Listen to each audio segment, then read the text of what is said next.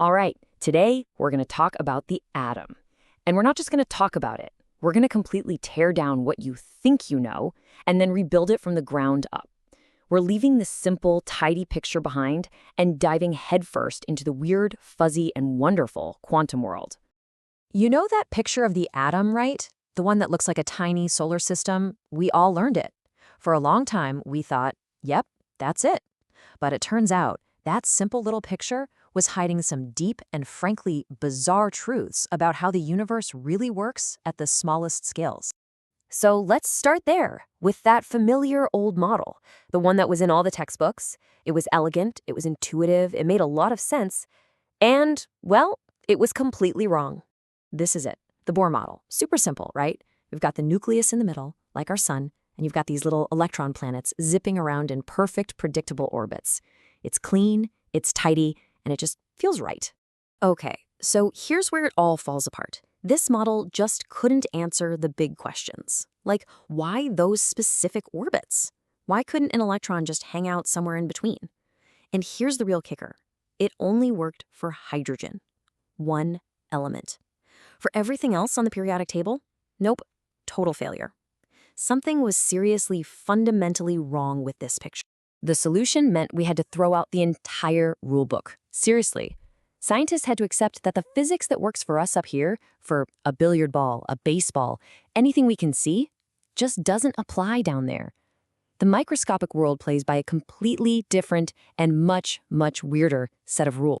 And the first big break in figuring out these new rules came from one guy who asked a question so wild, so out there, it basically turned physics completely on its head.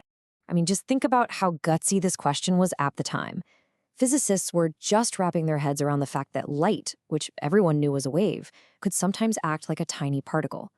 So de Broglie just flips it around. He says, okay, but what if an electron, which we all know is a particle, could sometimes act like a wave? That question changed everything. And this wasn't just some philosophical musing. He had the math to back it up. He proposed that every single moving object has a wavelength. An electron, a bowling ball, even you walking to the kitchen. It all comes down to its mass and how fast it's going. And boom, just like that, this wild idea of a wave solves one of the biggest mysteries of the old model. The best way to picture it is like a guitar string. When you pluck it, it can only vibrate in these nice whole number patterns, right? It can't make half a wave. Well, it's the same for an electron. Its orbit had to be a path where its wave could fit perfectly around the nucleus. Suddenly, those fixed orbits weren't arbitrary. They had to be there. It's the only way the wave works. Of course, a crazy idea like this needs some serious proof. And boy, did it get it. A couple of scientists, Davison and Germer, basically shot a beam of electrons at a crystal. And what they saw on the other side was undeniable, an interference pattern. That is the classic calling card of a wave. There was no other way to explain it. De Broglie was right. Electrons are waves.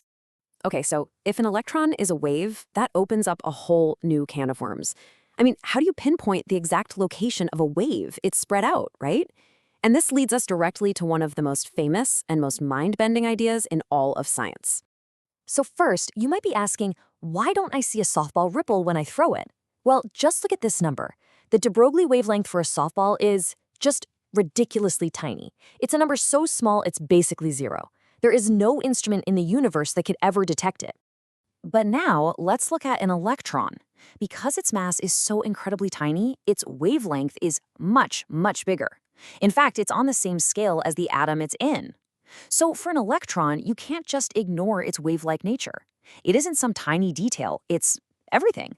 It's fundamental to what an electron even is.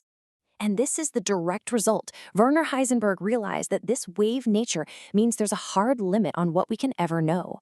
And this is the key. It's not because our measurement tools aren't good enough. It's a fundamental, hard-coded rule of the universe. The universe itself says you cannot know exactly where a particle is and exactly where it's going at the very same time. It's impossible. Think of it like a seesaw of knowledge. The more you nail down the electron's position, the less you know about its momentum. And the more precisely you measure its momentum, the more its position becomes a complete blur. You can't have both perfectly. You just can't. So let's recap. That neat little predictable orbit, it's gone. Dead. In its place, we've got this messy, weird reality of waves and fundamental uncertainty. So, how in the world do you build a working model of an atom out of that? Well, this is where Erwin Schrödinger comes in. He developed this absolutely beautiful and powerful equation that described the electron as a three-dimensional wave, which he called a wave function. The math was perfect. It worked flawlessly. But it left one huge nagging question. What is actually waving? The answer, from another physicist named Max Born, is maybe the strangest part of this whole story. It wasn't a wave of stuff. It was a wave of probability. The wave function doesn't tell you where the electron is. It tells you the region in space where you are most likely to find it.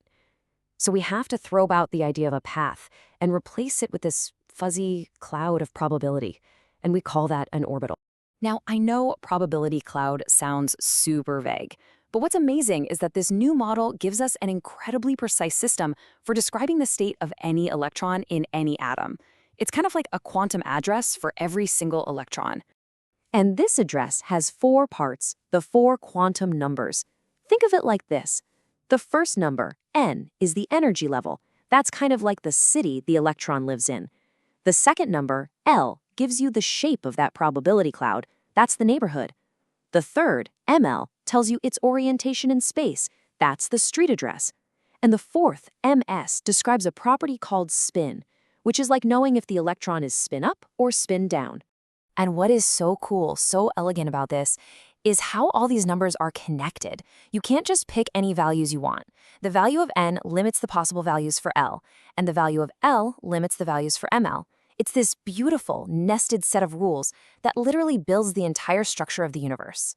And there's one last rule, the one that holds it all together. It's called the Pauli exclusion principle, and it's simple.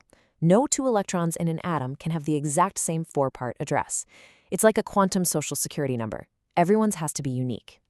This means any single orbital can only hold, at most, 2 electrons.